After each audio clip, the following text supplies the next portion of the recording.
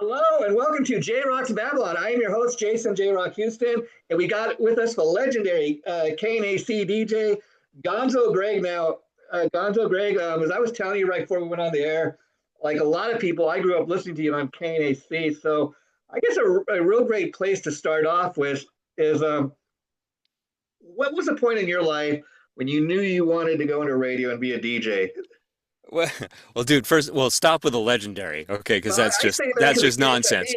to me, I grew up with it, and so it's like going back to my childhood. And then, KNAC, the sad thing is, when it went off the air in '95, I believe it was a very sad day. I mean, didn't really see it coming. It just kind of happened. Yeah, And that yet, was. years later, they made a big splash on the internet, and you guys are back. It's like big news to me. Yeah, Lifelong. no, it's so cool to be able to do it. So yeah, I mean, I was a kid. It's my dad's fault. I was 8 years old, and he took me to a radio station. He had a motorcycle shop, and he wanted to buy commercials for his motorcycle shop. So he took me to this radio station, and there was this dude in this room with all these, he had turntables and tape decks and buttons and knobs and lights, and I'm like, and he's talking to the entire town. And I'm like, dude, that is so cool.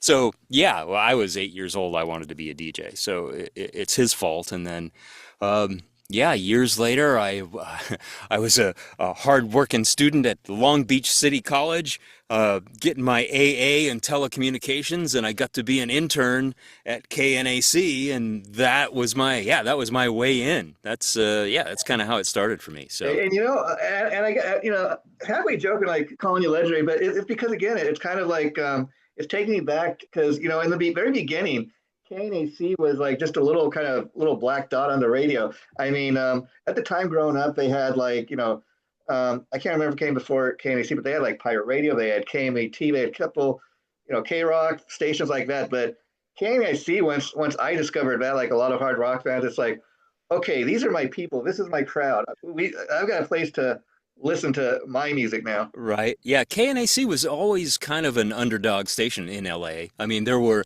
LA was a mecca for rock radio. Like Yeah. all those stations you just named, KMET, KLOS. There was K West, and there were stations out of Orange County. And so KNAC had this little channel in Long Beach, and it was Jim Ladd worked there back in the day, and played played hippie rock and stuff. And so when I was an intern there, I was there. I was a punk rock alternative kid. I was all into we were playing Oingo Boingo and the Dead Kennedys and stuff like that, and that's why I wanted to work there. So it was kind of funny that when KNAC, as we know it, pure rock happened, I was there, and they're like, oh, they're blowing up my favorite radio station. What's happening? And it ended up being the greatest thing in the world for me because I got on the air because all the alternative DJs quit.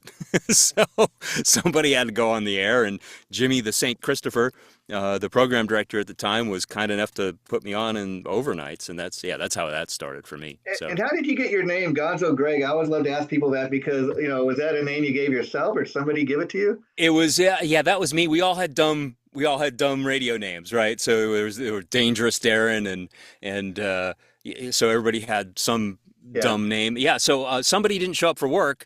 I was there doing intern stuff at 10 o'clock at night, and Jimmy said, "Hey, yep, this is your shot. Get on the air." So I walk in the studio, and Iron Maiden, the live version of Run to the Hills is on, so it's like 8 minutes, so I Yeah. have time to figure out what I'm going to do, right? And I'm like, I'm gonna be Godzilla Greg.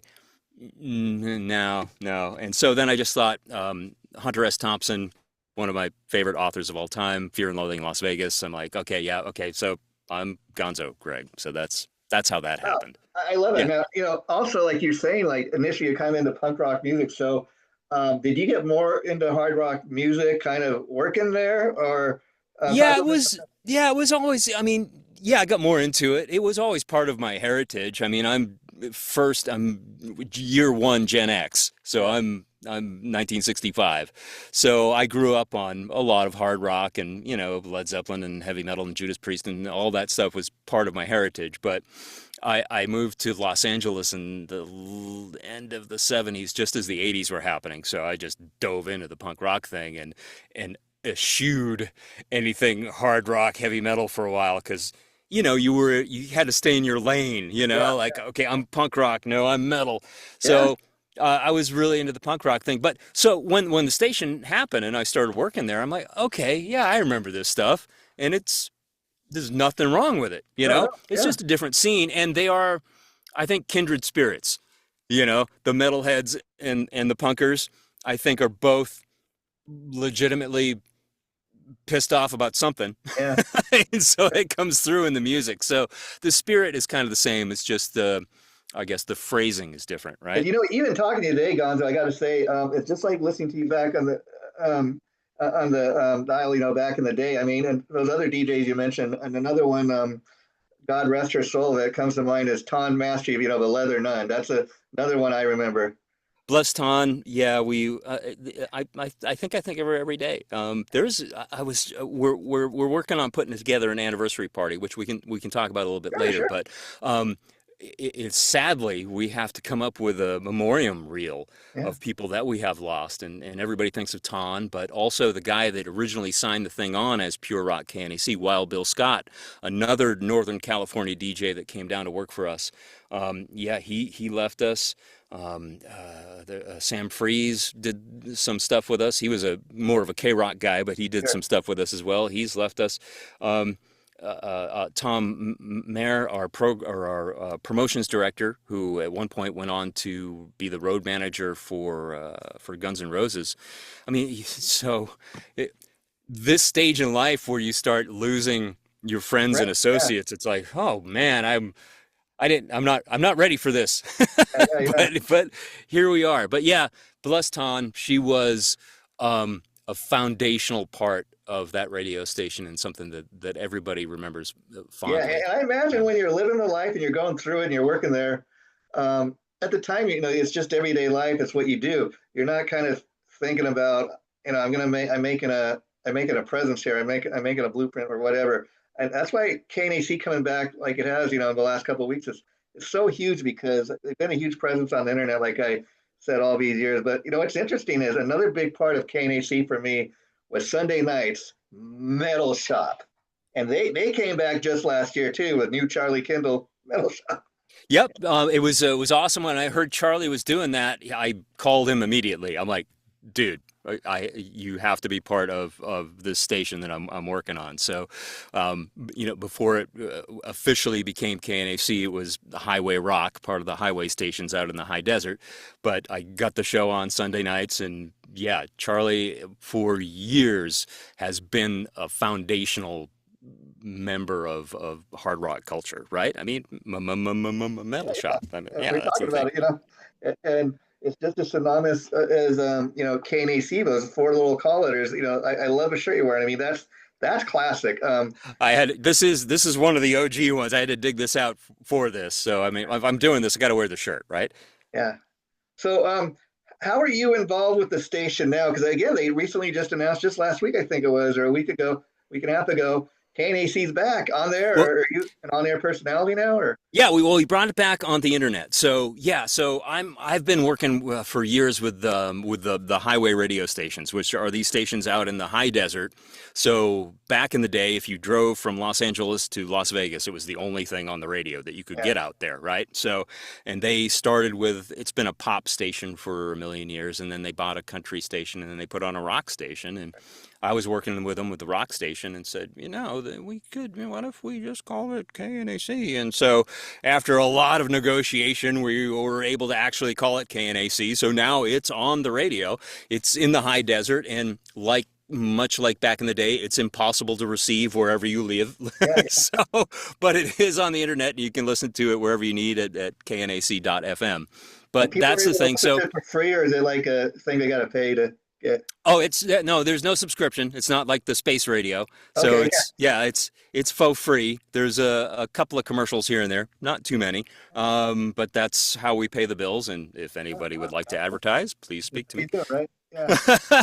But yeah, so that's the thing. It's me and a lot of the people that I used to work with, I'm in touch with, and we're trying to bring everybody into the fold. It kind of came together a bit All more the stuff. quickly than I expected. So I'm like, oh crap, it's not ready. But okay, yes, let's put it on. And it I think it sounds pretty good, especially on the weekends, on the weekend nights, on Friday and Saturday nights. It goes very retro, Yeah. flashbacky. So it's very 1989 on Yeah, the I weekend don't know nights. why that is, but that's a metal thing. I even remember back in the day, MTV, Headbangers all had to be on 12 to 3 a.m. Right. Yeah. Yeah. Right. Yeah. I'm trying to line up guys that used to do. I know when I was doing nights at KNAC, they made me do Manic Metal, Yeah, which was that feature. It was usually like 10 o'clock at night, and okay, this is where we play Cannibal Corpse, and I'm like, wow, okay. And so I'm trying to find some of my old friends that want to maybe host Manic Metal on the yeah, new KNAC because it needs somebody that knows what they're talking about to talk sure, about the music. sure. And that's the thing with a station like KNAC, or Headbangers Ball or something like that. I mean, I remember talking about Headbangers Ball. The very early version, they had like Adam Curry because to them he was a metal guy because he had long hair. Long hair, right? Yeah. Yeah, yeah. But like once they got Ricky Rackman, he was more of a metal guy. So it's kind of funny, and that's all changed too because again, if you go back and I'm not knocking anybody because hey, I'm as big a Bon Jovi fan as anybody. I love a little bit of everything, but back in the day, he was considered heavy metal again because he had long hair. That's heavy metal. Well, that was metal. Yeah, that was metal to the mainstream crowd. Yeah, Bon Jovi, when Bon Jovi was at the peak, that was the peak of the yeah, success for KNAC as a radio yeah, station. yeah. And we got really lucky to ride that wave at that moment. And And that's yeah. just what it You rode was. the wave too, right till '95, I believe it was when you guys went off air because that was also kind of when MTV died and they stopped playing music Yeah, videos. well, I think, yeah, I mean, as much as I love Beavis and Butthead, they were kind of a little bit harsh to Yeah, yeah. the hair metal scene. I get it. I guess we were all pretty burned out on it at the time, but yeah, I left in I want to say it was 91. Okay.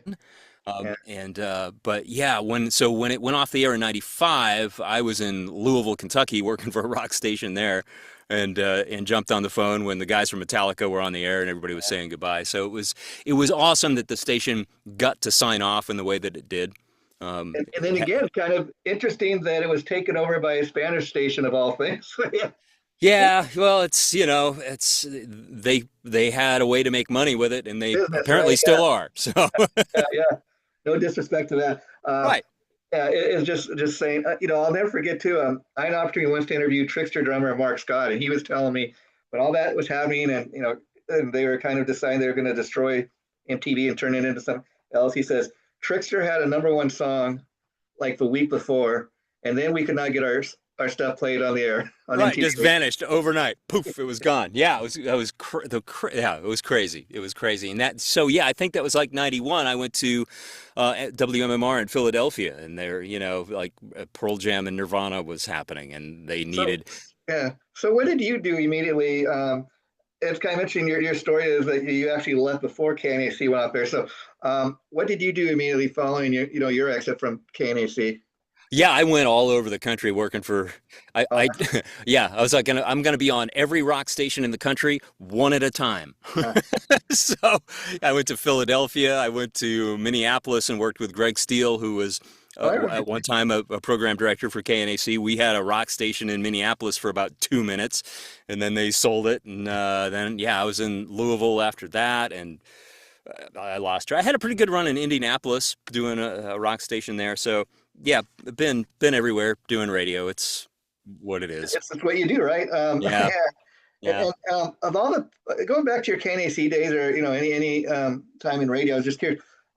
You've probably had an opportunity to interview a lot of your favorite musicians and stuff. What's that been like, or who was your favorite person to interview? That must be a hard thing to. Yeah, there were so many. We Uh, I ended up with Ted Nugent in my minivan. oh That was wow. weird. Well, the idea was we were going to get a rent a car and take out the ultimate insurance on it and just let him drive like a maniac and right, but that we couldn't make that happen, so I just Liability, right? Yeah. uh right. But Rob Halford talking to me on a cell phone from the limousine on the way to that court case about the backward masking thing. Okay. Yeah. Wow. Yeah. Right. Yeah. So talking to the metal god, I think is probably tough to Yeah. beat. That was awesome, and that's how I ended up on the beginning of the Painkiller video. I guess it was because of that conversation. He was like, "Hey, like, you want to be on a video?" I'm like, "Oh, okay, Okay. Yeah. Why not? Sure. Yeah. sure, Yeah. right." I'm not worthy. I'm not worthy, but thank you. Yes. So Yeah, and again, we laugh about, calling you legendary, whatever, but and that's very humbling of you. But the thing too about it is, you were one of the guys that were there back in the day, and you're coming back. KNAC's back, so to speak. What was it like, kind of reaching out to some of your former coworkers and getting them involved in this again? it's really it's awesome to hear from everybody, and yeah, as we work to come together for this 40th anniversary party coming up at the whiskey in January. It's I mean, I've kept in touch with, well, very few people. I've been kind of a dick. But first, I reached out to Stu, who did mornings with me for a few minutes before I left KNAC in the early 90s. And then from there, just reaching out to everybody and talking to Darren again and talking to Filthy Phil and all the Oh, people you're that were. Filthy Phil. I remember that name. Yeah.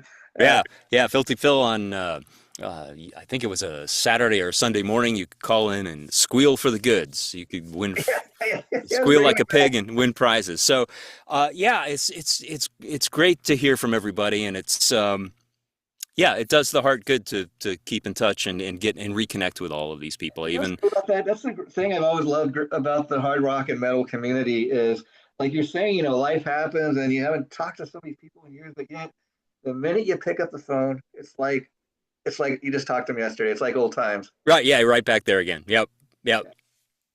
Yeah, yeah, and that you want to talk a little more about the anniversary party, like if people are interested, or tickets on sale, how can people find out about that? Yeah, so I guess the best bet is go to the website. It's knac40.com. Okay. That should have the latest information as this thing develops. Tickets are on sale now. Go there, get a ticket. We've got some people lined up. We just don't have the ink on the paper yet, so we're almost ready to announce who's going to be there. We have some awesome people, but a lot of the DJs are going to be there, and it's going to be, I think how it's coming together, it's going to be just it's kind of a hang more than a concert. I Yeah. mean, we're going to have people play, but there's also going to be some big name talent there talking about the olden days. Oh, wow. So it'll be it'll be good for us old folks to hang out and not have to get in the pit. Yeah, yeah, We yeah. can hang out and have some conversation with some of our heroes from back in the day, Yeah. and basically it's a reunion. Yeah, So that it's would be kind of a very reunion exciting. party. Let me ask you, talking about that, because technology is totally different. Back in the day, might not be on something like this. You definitely weren't, because it didn't exist. Right. How's stuff like this been for you? Have you enjoyed it? Yeah, I mean, I think it gives us a great opportunity to do stuff like this. It's Yeah, awesome. I'm not a fan of the robots, yeah, yeah, stealing our voices yeah. and taking our jobs and stuff like that. Um, so the two letters A and I, I'm not a big fan of. Um, it's useful, Yeah. but it needs to be in its place. Perfected, perfected, as Right. they say. Yeah, it's kind of, a lot of radio work is, now Yeah, it's just a I'll tell robot. you a funny story, Gonzo. Like, my background there, you see, believe it or not, that's something I created on Facebook. They got an AI thing, so I messed with it for some to see if I come up with artwork like that. It's great for that, but at the same time, you got to really be as descriptive as possible when you're trying to create something like an image or something. And every so often, like I'll be trying to see if I could create like an animated character or something, and it'll do a pretty good job. But then, but it'll chop off like one of the hands Yeah, or it's something. missing a finger, it's got an extra finger, Yeah, extra yeah, arm. Yeah, it's just I don't know. And I feel, as much as I feel for myself and the people in my trade that are having voice jobs go to clankers, yeah, graphic artists have been severely impacted by it as well. And I get it. If you just need a graphic for your thing, you can yeah, tell yeah. it what to make and you get it. But I mean, it's just, yeah, I don't know. It's Another thing I've noticed, and I seen somebody talk about this the other day, AI kind of also has some weird. It does some weird things that you're not even aware it's doing. Like, for example, I started when Ace Frehley died a few weeks ago. I started seeing all these stories about Ace Frehley reached out to, like, he sent John Bon Jovi and him were so close, and John Bon Jovi got a letter, and all these similar stories about other rock celebrities. He sent a letter. I'm like, yeah, right. And none of it was real. It just Yeah, it makes it up. yeah, yeah. Yeah, it's yeah, that's the scary thing.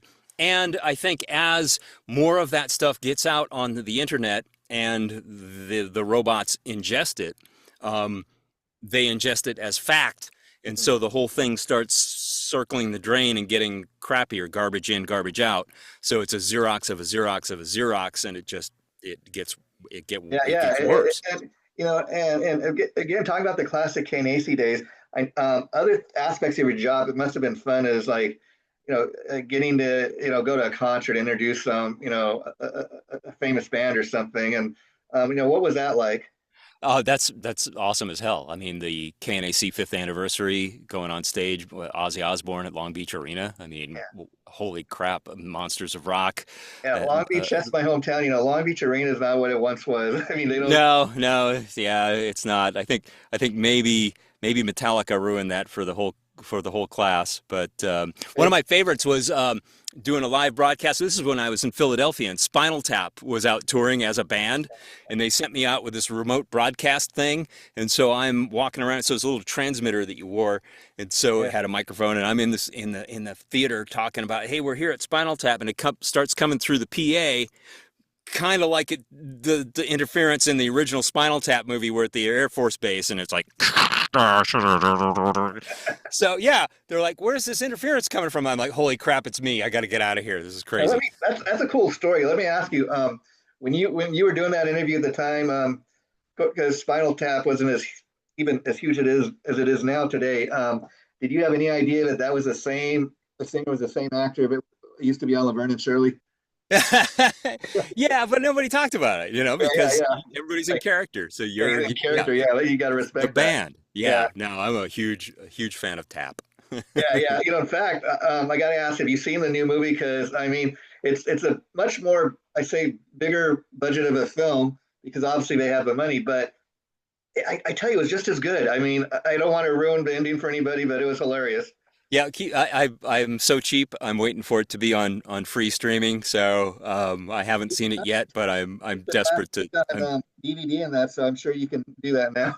Stream. desperate to watch it. Yeah. Yeah. I won't ruin it for you, man. But you got if you're a Spinal Tap fan, you got to watch it. Yep, absolutely. Yeah.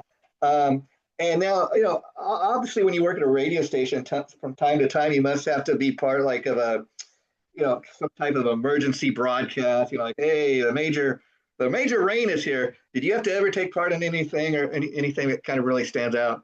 At KNAC, not so much. I mean, there was let's see, was I there? There was the Oakland earthquake, the Northern California earthquake. I was on the air. Okay. Um, yeah, but nothing that really. Yeah, there was a couple of earthquakes in Southern California, but I Nothing wasn't major. on the air at the time. I was home asleep. You So had a Kid Chognik moment. This is a yeah, big yeah. one. Years later, I mean, 9/11. I was in Indianapolis. That was Yeah, major. Yeah. nuts. But yeah, but yeah, not so much when I was at KNAC. Not that And I another thing I remember. got asked about KNAC that became legendary itself was that black van. Did you have any adventures in that? I'm trying to find, literally looking for like a 1980s something black Yeah, van yeah. to kind of recreate that thing. My favorite story is when Stu jumped off the bridge. He did the bungee jump off the Vincent Thomas Bridge in San Pedro. And I just remember after that event, we just threw all the gear back in the back of the van, and we're just all piled. There's no seats or anything. It's just Yeah, a yeah, panel yeah. van. And there's, I think, 12 of us just piled in the back of this van. I think Jack Trash was driving, and he was, yeah, taking us back to the station in Long Beach, and we're just all piled back in there, going, I can't believe we just did this.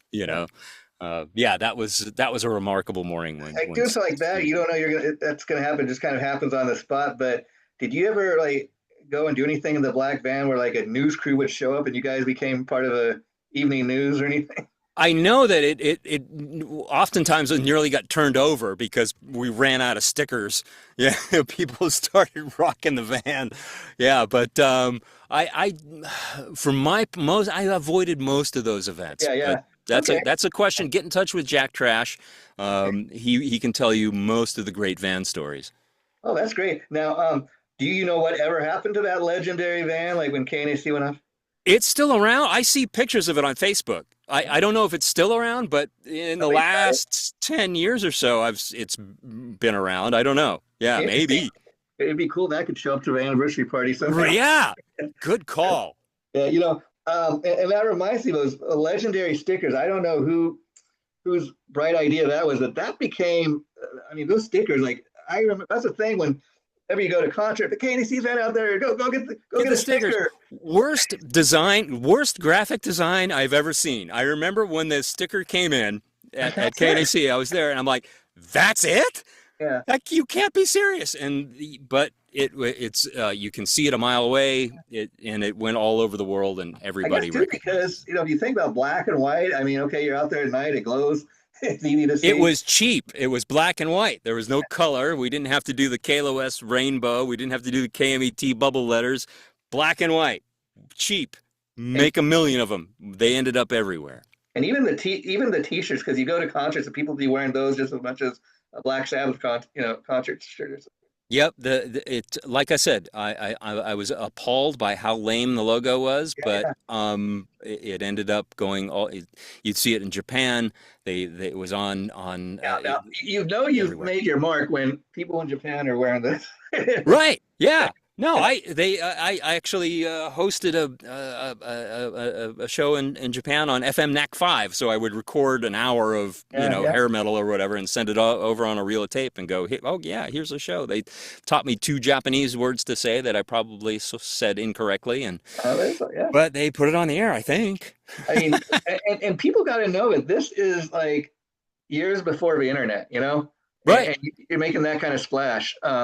It's little, I don't know what the wattage was at that station down on Ocean Boulevard, but it wasn't that huge, and yet you were making serious noise around the world. Yeah, it was a mighty 3,000 watts, I think, off the top of Signal Hill. And Yeah, yeah, if you were lucky, you could maybe get it in Hollywood. And yeah, yeah. remarkable what And it so I did. got to ask before I let you go, Gonzo. With bringing back KNAC, is this a long-term project that you see it being involved in it? I hope so. Yeah, I want to bring back everybody that I can find that was part of the OG and get them involved and make them part of it and give this thing some credibility.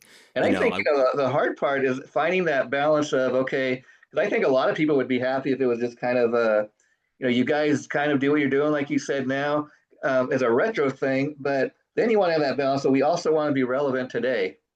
that's the trick is really it's really that's been the struggle for me is finding new music and new hard rock that fits with the stuff that we remember. And that's the thing is that KNAC, people forget when it signed on, it wasn't a metal station, it was Yeah, a rock station. I mean, we were playing Journey in Boston when it first signed on. And people forget that. We did throw that out, but when it first signed on, it was just a harder rock station. yeah. I mean, So yeah. It just kind finding of that balance is important I for me. remember it myself. It just kind of appeared one day, and it was like really a fade to black. That was the day that you guys went off air. I never forget it. That was a rough day, man. Yeah, And listening to that tape, and I was on the phone from my house in Louisville where I was at the time, and yeah, I couldn't believe it was happening either. But and of course to make this comeback work, like you said, you're gonna. It would be great to get all the old folks back that are willing to come back. But is there any thought to bringing new talent on as well? oh, I think so. Yeah, I think people that talk about the new stuff that are, you know, several years younger than we are. Yeah, Yes, absolutely. I think that's important. yeah, yeah. And I'm an old school guy myself. I still love to buy physical CDs and everything. And of course, people nobody's buying CDs anymore. But Right. I still get off on that just as much looking at the artwork. But a lot of times you talk to kids these days. We're showing our age, Gonzo. But I Well, know, yeah, they say the kids are buying vinyl now, so good on them, the ones that yeah. are. Yeah, and so if we could bring back Columbia House and you could give them a penny, Oh, you and, remember? and- right? Yeah. Let them have at it. Yeah, actually, I know I have this friend Tom Collier, who he's the president of Fire Rock Music Group. It's a record label out of New York, and he's telling me that very thing that vinyl's making a huge comeback. And his label, they put out vinyl, they put out CDs. they put out DVDs because they're also in the movie business. And he was saying actually he's heard some pretty strong stories that like Ford Motor Company is actually going to start putting CD players back in their new cars. Wow. Oh, Yeah, that'd be awesome. yeah. So that's All pretty. right. Yeah, I've got one in my piece of crap car, so I don't Yeah, think it works anymore. I think it's full of dirt out here in the desert, but it there's one in there. yeah. And then is there like any kind of like request line like for people like to request songs, or is it Yeah, just it's like all on the website. So yeah, if you just go to knac.fm, yeah? and that's on there. You can there's a request line. You can email. You can text. Mhm. Yeah, it's all there. Unfortunately, I'm not always able to answer it, Yeah, yeah. but leave a message and we'll throw it in and put it on the air and yeah, try and kind of recreate the spirit of the old thing when Yeah, people well, would I, just I was so call excited up when and I got the press release from Brandville about, a couple of weeks ago, and yeah, it's great to see you're hooked up with a guy like that who was once he's worked with a lot of legendary people, Michael Schenker, Ozzy Osbourne, Kiss, sure. Gene Simmons.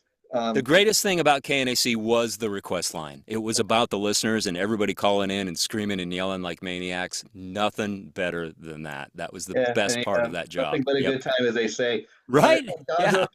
it was so great getting to know you. I mean, even though meeting you for the first time, because I grew up on KNAC. Feel like I grew up with you in a way. So it's been an honor getting to know you, and I just Likewise, want man. I just want to say you're welcome back. I'd love to have you back from time to time and see what's going on at KNAC. Keep us updated. Will do, man. Thank you. Thanks for having me on. Okay, yeah, this is going to go up in just about 30 minutes, so I'll send you the link once it goes up. Okay, All right. Sounds good, man. thanks for doing this. I really All right. appreciate it. Bye bye. Thank you. All right. Talk to you soon.